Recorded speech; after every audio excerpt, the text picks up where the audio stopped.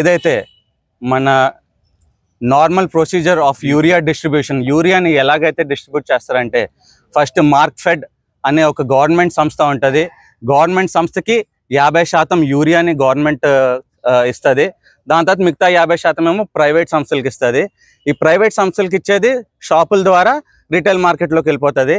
ఈ మార్క్ఫెడ్కి ఏదైతే 50% ఇస్తారో ఆ మార్క్ఫెడ్ నుంచి మార్కెట్ యార్డుల ద్వారా పిఏసిఎస్కి లేకపోతే ఎఫ్పిఓల ద్వారా రైతన్నకి చేరుతుంది. కానీ ఇప్పుడు జరుగుతున్న పరిస్థితులు ఎలాగంటే ఇలా 50% మార్క్ఫెడ్కి ఇంకా 50% ప్రైవేట్కి ఇవ్వకుండా ప్రైవేట్కి ఎక్కువ శాతం పెంచేసి గవర్నమెంట్ సంస్థకు మార్కెట్కి వచ్చేది తగ్గించేశారు. దానివల్ల యూరియా కొరత క్రియేట్ అయ్యింది. ఇది ఎందుకు చేశారు? ఎవరికి లాభం చేకూర్చడం కోసం ఈ రకంగా చేశారు. మరి గతంలో చూస్తే జగనన్న ఆర్బీకేలు పెట్టి ఆర్బీకేలకి మొత్తం అంతా యూరియాని ఇచ్చి రైతన్నకి ఎటువంటి ఇబ్బంది లేకుండా కూడా ఆ ఆర్బీకేల ద్వారా రైతన్నకి యూరియా సప్లై చేశారు. తద్వారా దాని మార్కెట్లో దాని డిమాండ్ ఎక్కువ పెరగకుండా ప్రైస్ ఎప్పుడు కూడా నియంత్రణలో ఉండింది.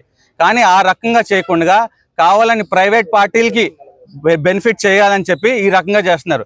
గతంలో చూసుకుంటే ఎండియూ వెహికల్స్ కూడా అదే రకంగా ఆపేసి మధ్యలో ఉన్న దళాలకి డబ్బు మిగిలేలా చేసింది ఈ కూటమి ప్రభుత్వం. ఇప్పుడు చూస్తుంటే ఇప్పుడు కూడా అదే చేస్తుంది. మెడికల్ కాలేజీలు ప్రైవేటీకరణ చేసేసి అక్కడ కూడా మళ్ళీ మధ్యలో దళారులకి లేకపోతే మధ్యలో ఈ ప్రైవేట్ కంపెనీస్కి లబ్ధి చేకూరేలా చేస్తుంది. ఇవన్నీ చేస్తుంది. అంతేకాకుండా మళ్ళీ అన్నదాత సుఖీభావ అన్నారు. పోయిన సంవత్సరం అన్నదాత సుఖీభావ 20,000 ఇచ్చింది లేదు. 2 సంవత్సరాలు కలిపి ఇప్పుడు 40,000 ఇస్తారనుకుంటే అందరికీ కూడా ఇచ్చింది 5,000 చొప్పున ఇచ్చి మొత్తం అందులో 7 లక్షల మంది అన్నదాతలకి మరి మోసం వెన్నుపోటు పొడిచింది ఈ కూటమి ప్రభుత్వం.